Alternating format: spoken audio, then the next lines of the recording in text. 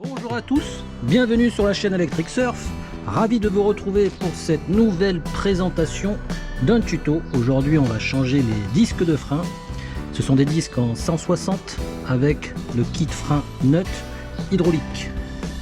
Si vous aussi vous n'avez plus les mêmes sensations de freinage comme à l'origine, même après avoir changé les plaquettes de frein, même après avoir effectué la purge du kit frein hydraulique, il est temps de passer au changement du disque de frein.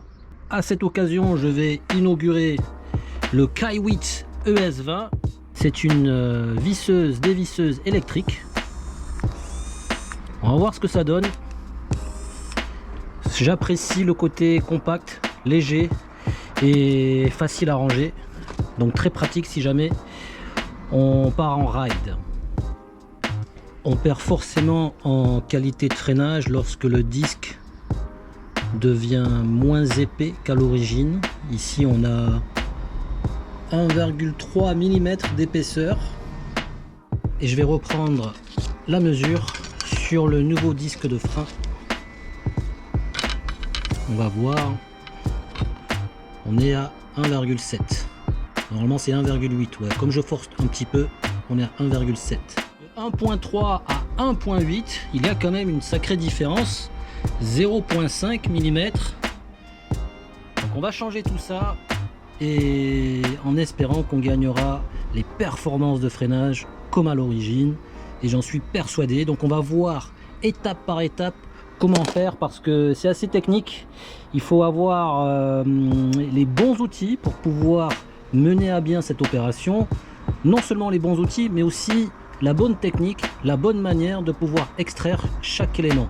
Il va falloir retirer le disque et longer le câble moteur pour pouvoir extraire le disque. Voici les outils nécessaires pour cette opération. Donc moi j'ai un bon complément, c'est un démonte pneu avec une douille de 19, clé de 18, clé de 19, un bâton pour m'aider, un tournevis avec ses embouts et puis un tournevis électrique qui va me faciliter beaucoup de choses, à savoir gagner du temps pour dévisser et revisser. C'est surtout ça.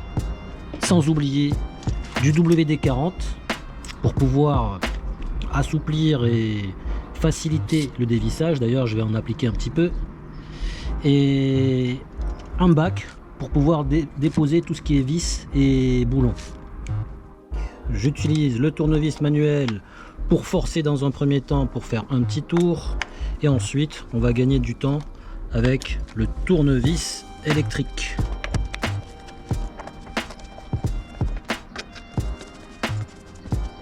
Je prends mon tournevis électrique Kaiwitz ES20. Ce qui est sympa, c'est qu'on a une petite LED, 3 points lumineux pour éclairer. Là il fait suffisamment jour, donc je m'en sers pas. On peut dévisser et visser et choisir un niveau plus intense en maintenant appuyé ici. Voilà, je sens que c'est plus fort. Donc on gagne du temps.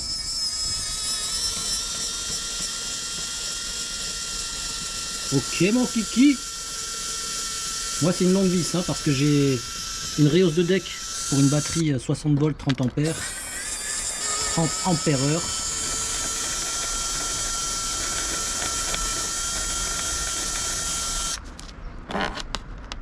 Vous voyez, on gagne du temps.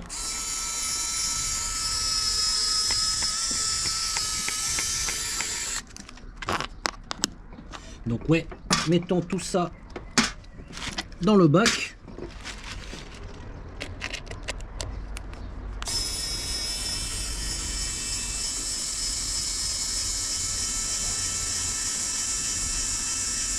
C'est un gain de temps énorme.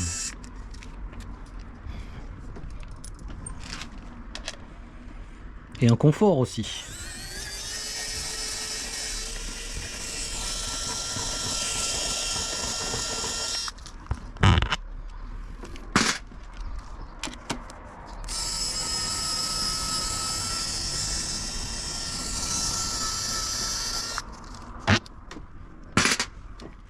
Alors moi j'ai des vis différentes en termes de dimension pour les deux vis à l'arrière et les deux vis devant. Donc je vais prendre un autre embout, c'est celui-ci, On a des modèles Torx. On a des modèles plats, cruciformes, hexagonales. Donc là, je change la douille.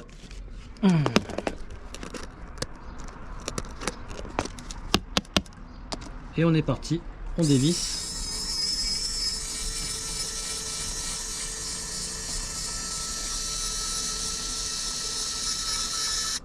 J'adore. On gagne un temps fou.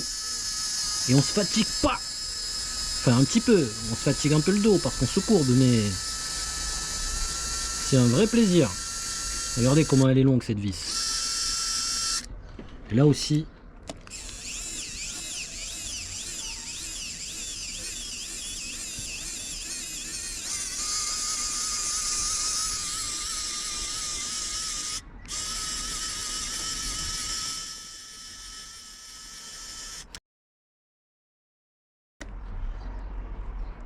Alors certes, c'est pas plus fort qu'une visseuse dévisseuse de type pistolet, mais à ce niveau-là, regardez, on a une facilité d'accès.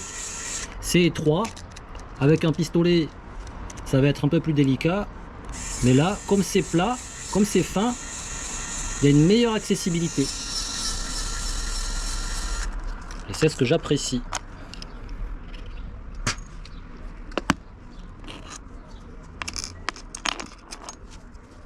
On range tout ça. Et j'ai oublié de vous dire, si jamais vous avez un amortisseur de direction, prévoyez une clé à molette pour pouvoir dévisser ici.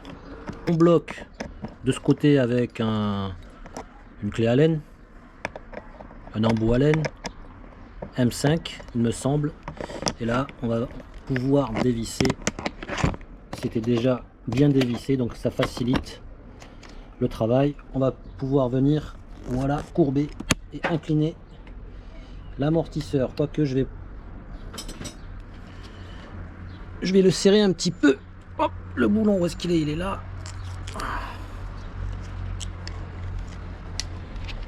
Voilà, je le serre un petit peu, je le défais pas totalement, comme ça il reste en place derrière tous ces câbles. Voilà. Superbe. Maintenant que toutes les vis sont retirées et que le support de l'amortisseur est relevé, on va pouvoir retirer le deck et accéder au compartiment de la batterie.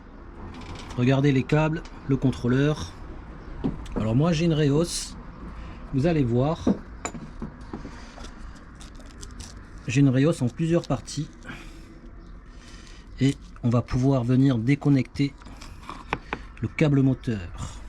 Vous voyez, c'est ça, on appelle ça les phases moteurs, les trois câbles vert, bleu et jaune. On va les déconnecter ici. Si jamais vous avez de la gaine, prenez un cutter, ouvrez à ce niveau là, comme si vous ouvrez un pansement en fait. Donc on déconnecte le câble moteur, voilà, c'est fait. Et là on va pouvoir retirer le moteur. On va s'occuper de cette partie là. Ce que je fais dans un premier temps pour assouplir les boulons et pour qu'ils soient plus simples à dévisser, application de WD-40, intérieur extérieur, pareil de ce côté.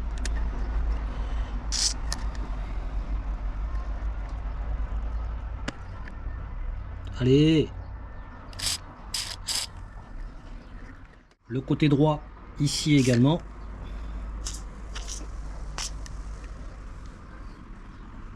Vous allez voir, on va faire du mieux que possible pour garder un bras fixe, même les deux bras fixes. J'en ai profité pour aller récupérer ce petit tabouret avec un trou pour pouvoir poser le moteur tout à l'heure, pour retirer le disque de frein. Première étape de cette deuxième étape, retirer l'écrou de ce côté là, côté câble moteur. Voici la technique que j'utilise. Une clé de 18, on va venir l'insérer plutôt dans ce sens là, voilà, avec ce bâton métallique qui peut s'insérer à ce niveau là. Je vais venir forcer et vous allez voir, ça va être un peu dur, mais voilà, un premier quart de tour et on va enchaîner. On va enchaîner, quoique ça suffit, on peut dévisser à la main. Oui, c'était suffisant. On va pouvoir poursuivre sans le bâton. Là, c'est quart de tour par quart de tour.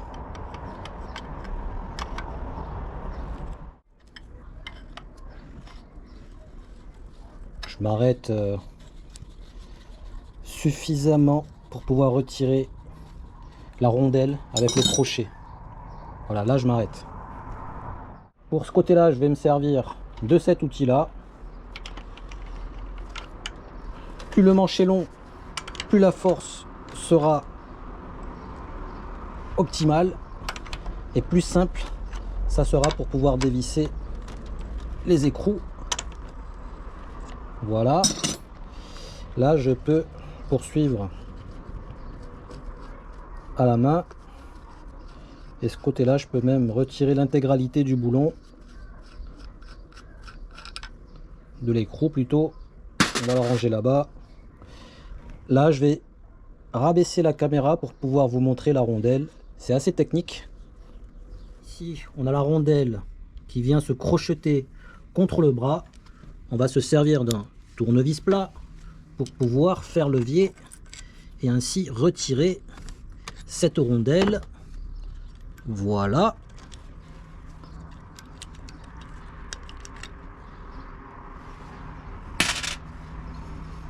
De l'autre côté, ça va être la même chose.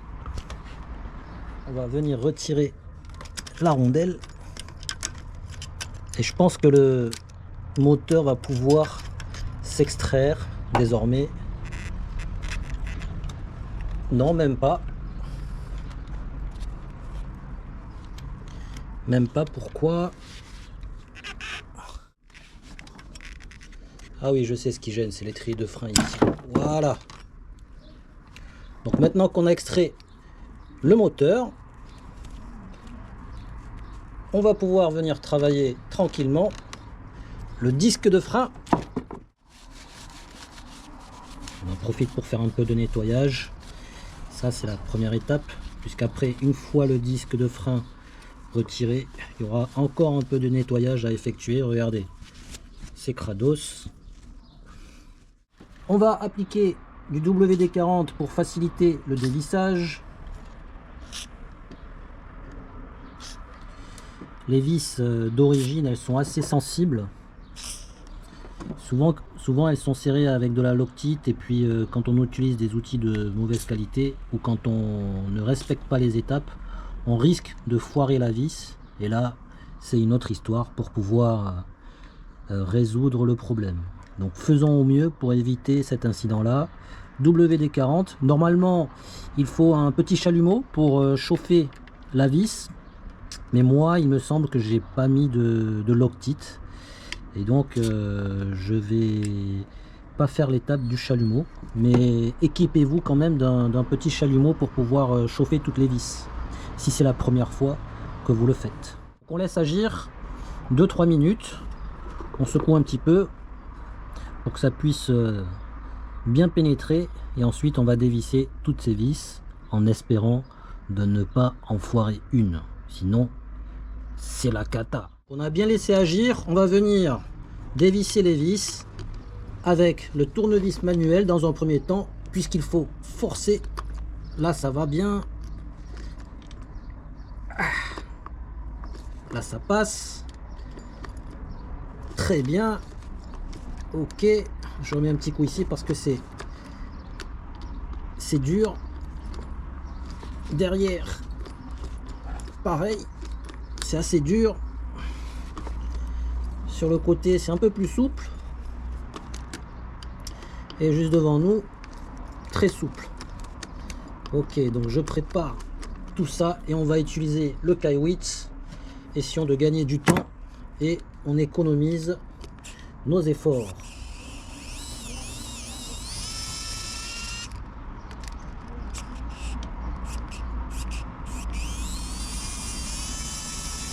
Superbe.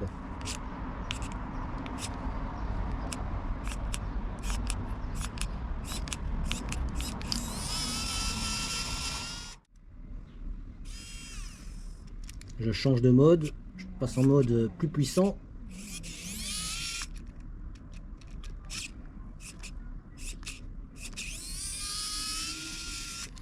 Voilà, le fait que ça soit pas trop fort, ça évitera de foirer la visserie et on préserve aussi le filetage.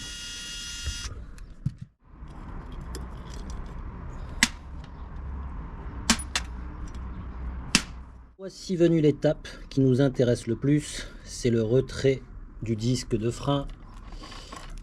Il va falloir l'amener jusqu'au bout du câble moteur que l'on a initialement déconnecté du contrôleur. Donc c'est assez usé, hein. On en profite pour nettoyer.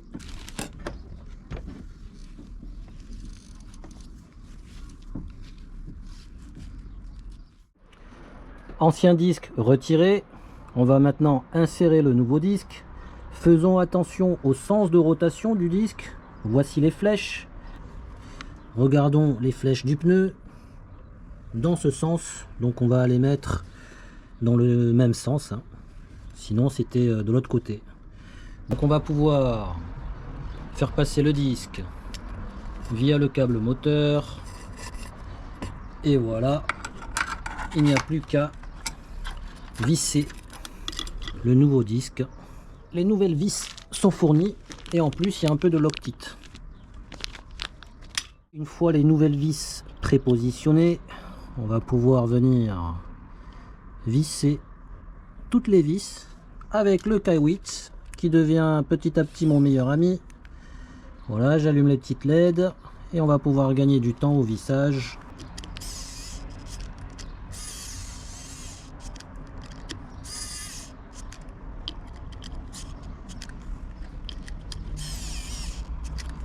Voilà, c'est tout ce qu'il peut faire et on va finir manuellement. Il n'y a pas besoin de forcer, hein. Dès que ça stoppe, moi je force progressivement. Alors, autre outil à ne pas oublier, petite pince, parce que vu qu'on a changé le disque de frein pour une épaisseur plus large, une épaisseur neuve, 1,8 mm. Les plaquettes forcément ne sont plus à bonne dimension. Donc on va venir pincer la goupille, qu'elle soit bien droite pour pouvoir la retirer. Et on va pouvoir extraire les plaquettes. On va en profiter pour faire un petit nettoyage. Et là, on va pouvoir dans un premier temps fixer le moteur. Voilà, les écrous, les doigts sur l'axe moteur de part et d'autre, on vient insérer, ensuite on vient soutenir en bas et on va pouvoir insérer les rondelles de sécurité.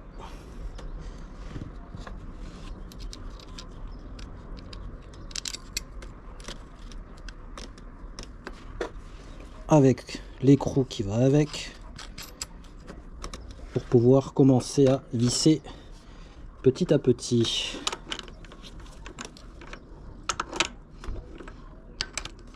Et progressivement de part et d'autre, en bas et en haut, avant de serrer à deux mains pour le finish.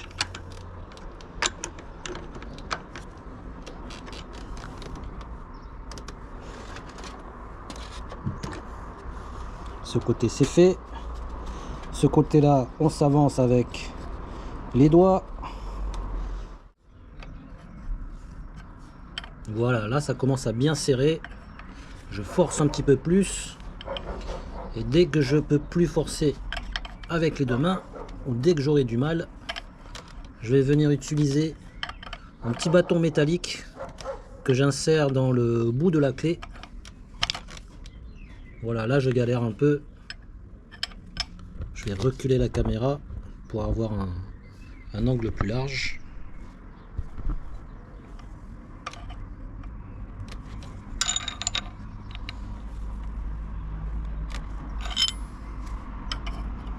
Je pense avoir fait le nécessaire. Tout est bien serré. Voilà, je vais pas trop serrer non plus. Je voudrais pas galérer au démontage ultérieurement. Et là, je vais pouvoir venir serrer avec les deux mains. Et on aura fini avec cette première étape.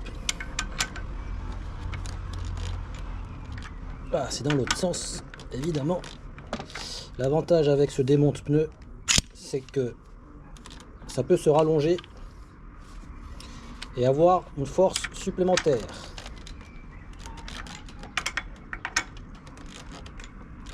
Voilà. Avant d'insérer les nouvelles plaquettes, on va venir rentrer les pistons. Donc je fais levier. Je sais pas si on va bien voir à la caméra. Là, je décale les pistons à gauche et un peu à droite. Je viens faire appui. Comme ça, on aura une largeur supplémentaire pour pouvoir venir insérer les plaquettes. Et j'espère que ça va s'insérer sans trop de difficultés. Très bien. N'oublions pas la goupille de sécurité. Voilà.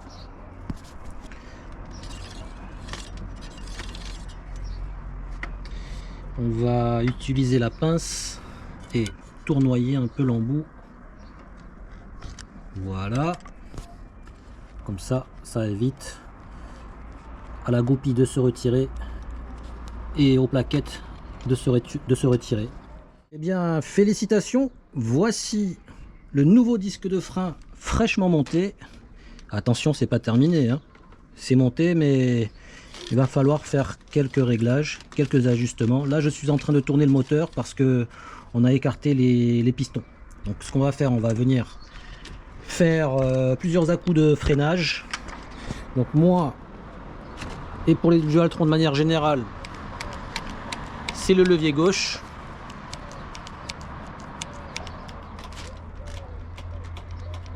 On voit que c'est bien serré. Les pistons resserrent bien le disque de frein. On va écouter si ça frotte.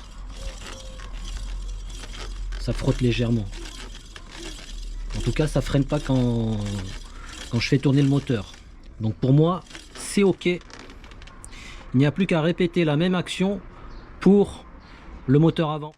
Du moteur avant, il va falloir retirer le câble moteur qui passe par la banane, qui revient à l'intérieur ici, et ensuite extraire le câble moteur de l'intérieur du deck ici. Donc il y a 1, 2, 3 zones de passage. C'est un petit défi, c'est pas impossible. Avec le temps et la première étape qu'on a vue ensemble, il n'y a plus qu'à répéter la même action en dévissant les écrous ici. Préparez bien le WD-40. Bien évidemment, je vous laisserai l'ensemble des outils nécessaires en description de la vidéo pour que vous puissiez faire des achats complémentaires et vous équiper de manière intégrale pour pouvoir faire vos opérations vous-même à domicile. Vous économiserez beaucoup pour vos entretiens futurs, pour aider les copains aussi. C'est très important d'avoir les outils nécessaires pour aboutir à la bonne opération. Le WD-40, c'est un indispensable. D'ailleurs, je vais préparer le graissage pour terminer cette opération. Si vous voulez regarder comment ajuster l'étrier de frein et les plaquettes, je vous mets la vidéo que j'avais tournée avec Kenshido. Il nous explique étape par étape comment bien régler les plaquettes, l'étrier de frein par rapport au disque pour qu'il n'y ait pas de frottement. Aussi, équipez-vous d'une bouteille d'eau parce que le fait de s'accroupir, se relever, se mettre à genoux, c'est assez sportif finalement. Sur ce les amis, je vous laisse. Prenez soin de vous, hein, prenez soin de votre trottinette. Et on se retrouvera pour une prochaine vidéo. J'espère que ce tuto vous aidera pour entretenir votre trottinette. Sur ce, je vous dis bye bye, à très bientôt.